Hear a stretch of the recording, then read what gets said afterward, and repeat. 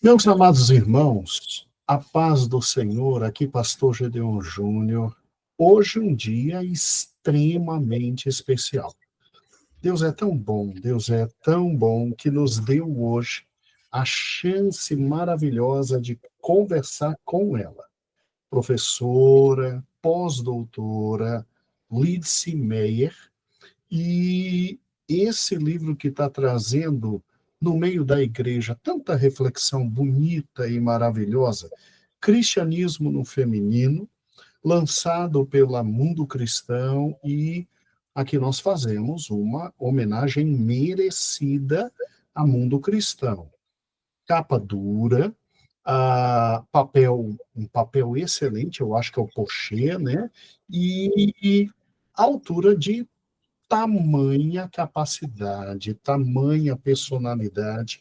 Sabe, irmãos, eu entrei em contato, eu não podia imaginar que era, além de tão sábia, tão simples, professora Lídice, muito obrigado por ter atendido o convite. Se apresente para nós, por gentileza. Pastor Gedeon, eu que tenho que agradecer o convite. É um prazer muito grande poder estar falando aqui com nossos irmãos da Igreja Brasil para Cristo. Eu sou professora, como já foi colocado, sou antropóloga, sou cristã e tenho trabalhado já há algum tempo a pesquisa direcionando para a antropologia bíblica e dentro da antropologia bíblica o entendimento das mulheres na Bíblia e as mulheres no cristianismo. Aí já saindo um pouquinho da antropologia bíblica e indo para a área da história, que é a área do meu pós-doutoramento. E tenho desenvolvido bastante cursos nessas áreas também, e esse livro nasceu também como resultado desses cursos e dos artigos que eu publico também em diversos veículos, diversas revistas e jornais. Que maravilha! Professora, o seu currículo é absolutamente maravilhoso. Maravilhoso. A senhora é pós-doutora em antropologia e história por nada mais, nada menos que a USP. Coisa fantástica. Mestrado em ciências da religião. Meu Deus do céu. São quantos anos de dedicação, querida professora? Difícil, já perdi as contas, na verdade. Como professora na Universidade de Mackenzie, fui professora por 25 anos na teologia, nos cursos de teologia de graduação e no curso de mestrado em ciência das religiões. Aqui, na Universidade Lusófona, em Portugal, já estou há 5 anos. Então, pelo menos como professora nessa área, são 30 anos. E, além disso, claro, o tempo de estudo, de pesquisas ainda na época de graduação, mestrado e doutoramento. Meu Deus, que currículo fantástico. Conversando com a senhora, me veio à mente agora um outro professor que também nos deu a honra de entrevistá-lo, que foi o Ibuuca, né? Ele também tem um currículo assim maravilhoso. E é muito bom, irmãos. Irmãos, que coisa maravilhosa ver cristãos, né? Ah, tão fantasticamente agraciadores de conhecimento para nós. Olha que coisa maravilhosa. Professora, realmente conhecimento não falta, sobra não só simpatia, como conhecimento.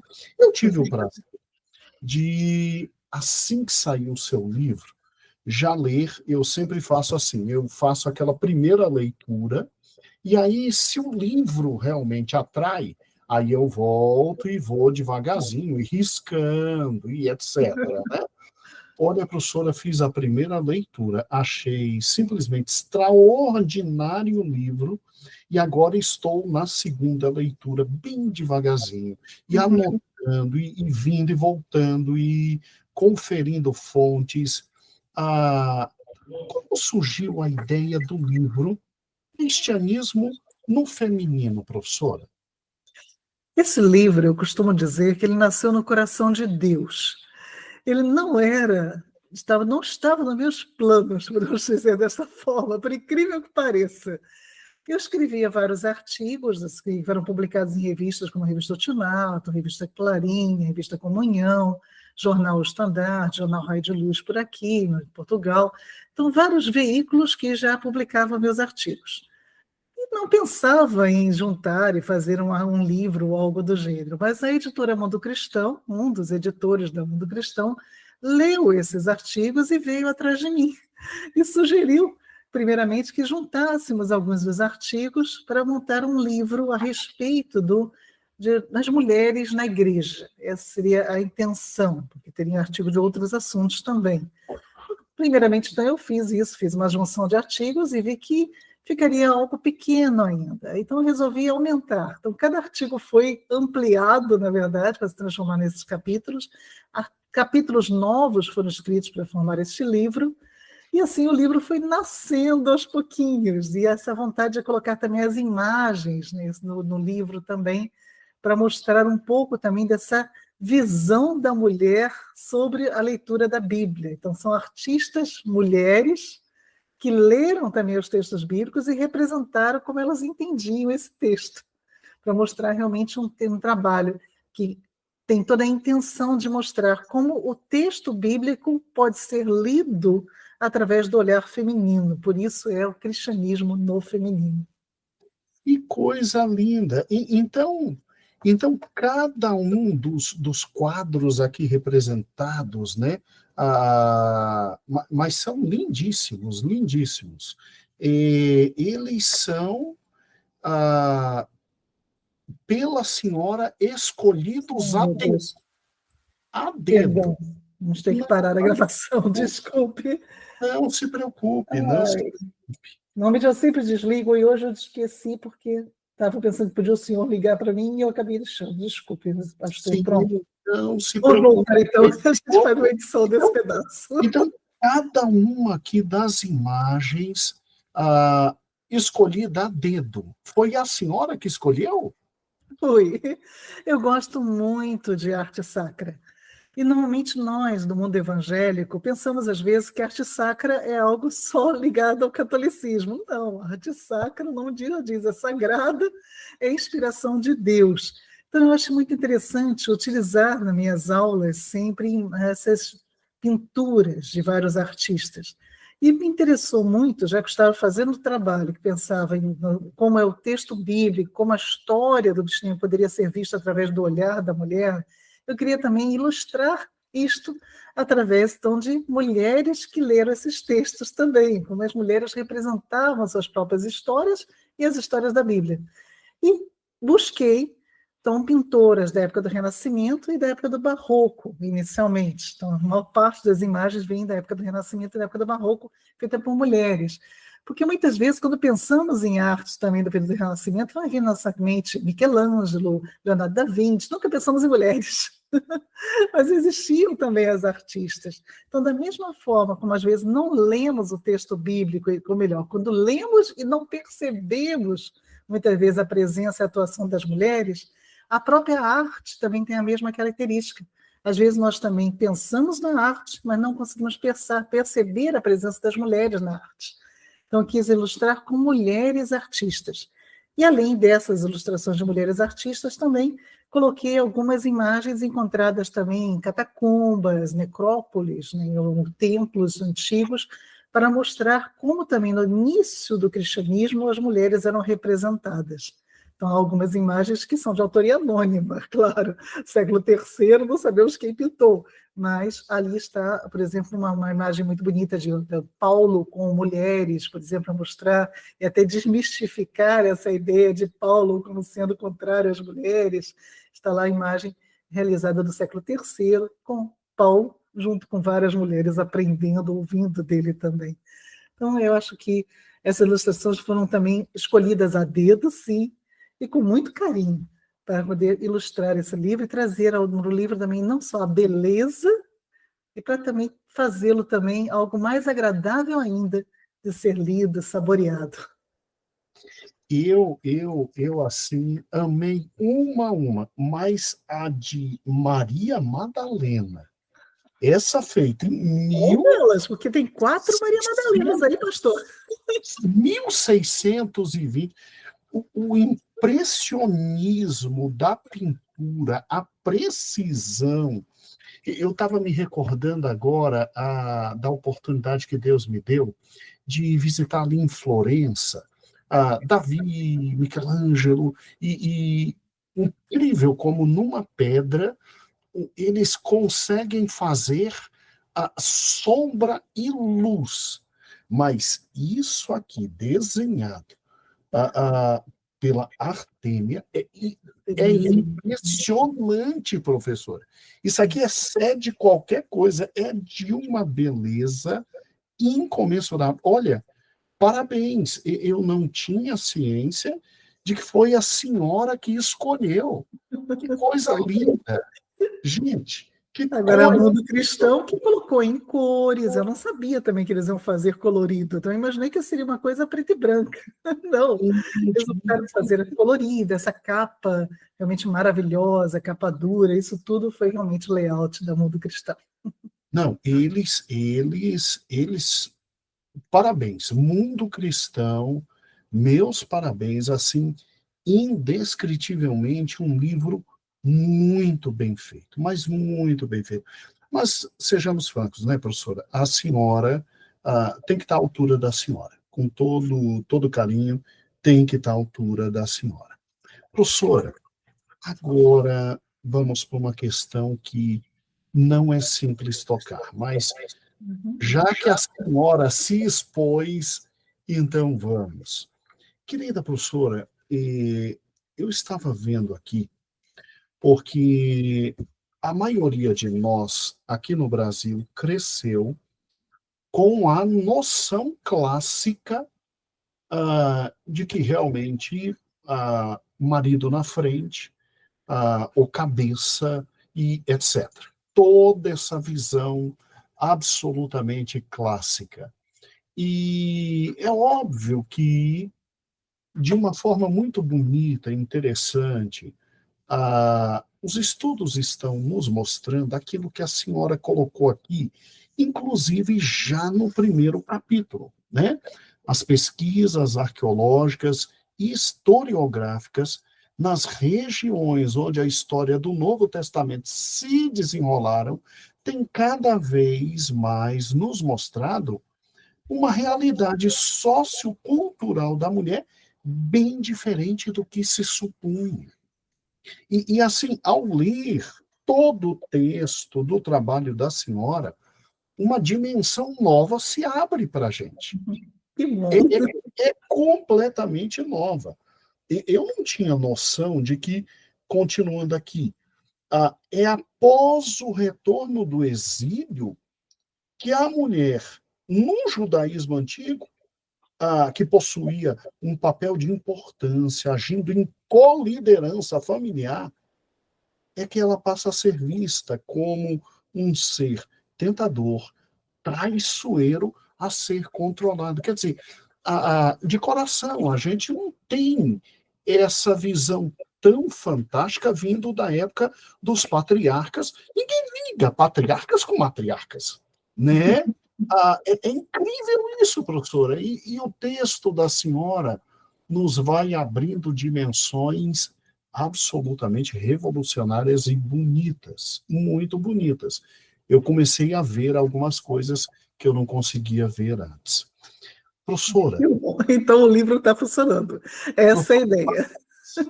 Parabéns, parabéns, parabéns. Professora, no Novo Testamento, à luz de tudo que a senhora colocou, de toda a beleza, das pinturas, Paulo com, né, e as catacumbas, e a senhora acha que a mulher começou a ser limitada, podada, a partir de que momento, professora? Bom, o que acontece, na verdade, é que o cristianismo, quando nasce, no caso, enquanto Cristo estava, ainda não era nem o cristianismo, mas quando Cristo estava aqui conosco, quando Jesus estava conosco, ele não fazia acepção entre homens e mulheres, muito pelo contrário.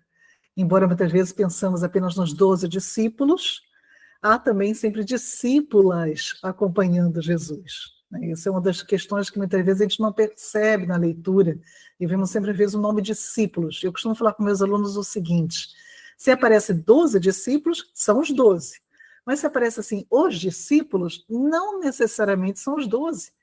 É um termo plural que pode envolver ali todos os seguidores, que incluíam mulheres. Então, discípulos e discípulas estão incluindo todos os discípulos, muitas vezes.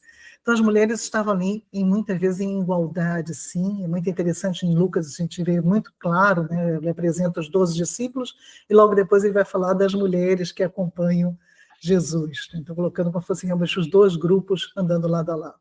Mas é claro, é uma sociedade em que os homens tinham mais liberdades, com certeza. As mulheres não estavam iguais na sociedade, então os homens já apareciam ali com um pouco mais de, podemos assim, de proeminência em alguns aspectos. Mas Jesus não fazia essa separação, tanto que ele dá ensinos maravilhosos às mulheres, que dá ensinos também aos homens. E as mulheres, por que parece, também entenderam melhor Jesus do que os homens.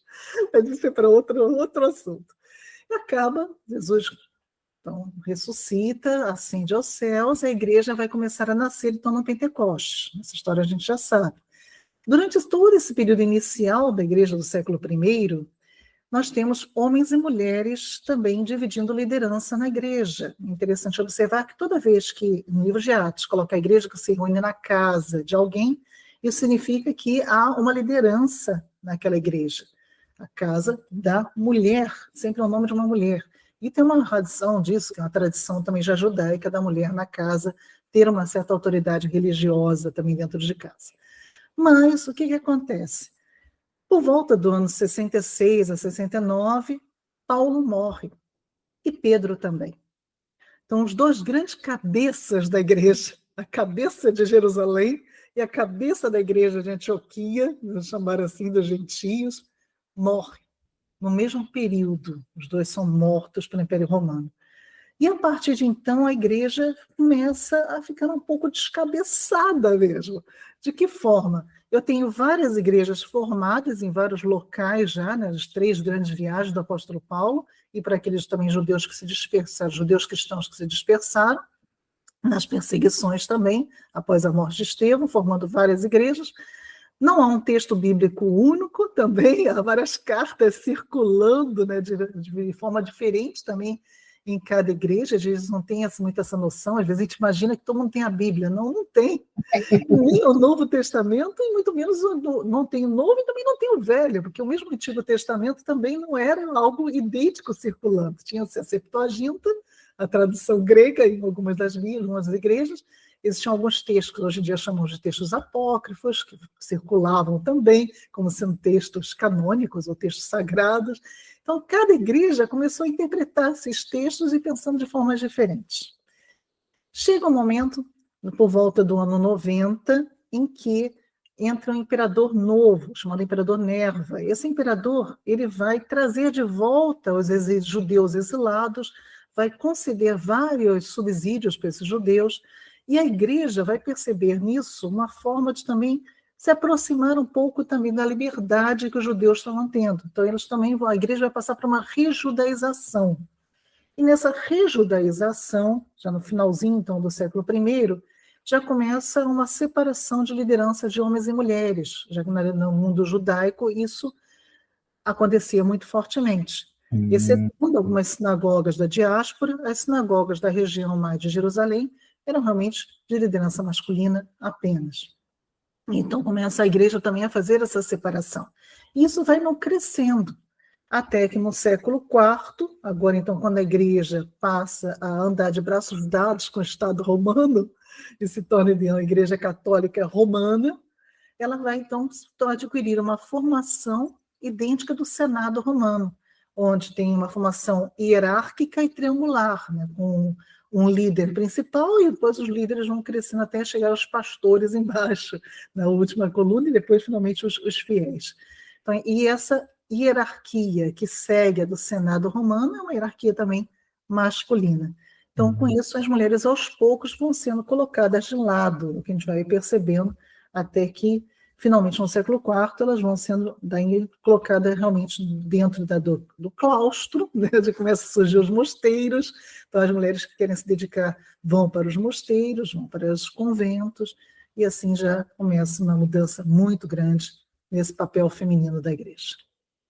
Que coisa interessante, professora. Puxa vida, então, devagarzinho, nós conseguimos afastar o que era, no mínimo, 60% a 70% da capacidade da igreja, né? Sim, sim.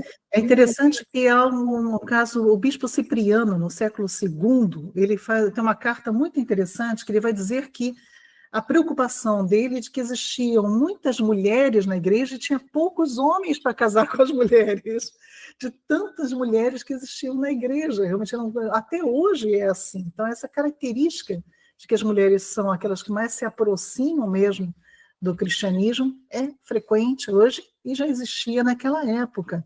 E, infelizmente, o dom do carisma do Espírito Santo, que não vê gênero e era distribuído igualmente entre homens e mulheres, aos poucos vai sendo substituído por ritual de ordenação, por escolha pessoal da igreja, e assim, aquilo que era, então, dirigido pelo Espírito, passa a ser, aos pouquinhos, sendo dirigidos pelos homens, pela própria escolha das pessoas, da liderança da igreja.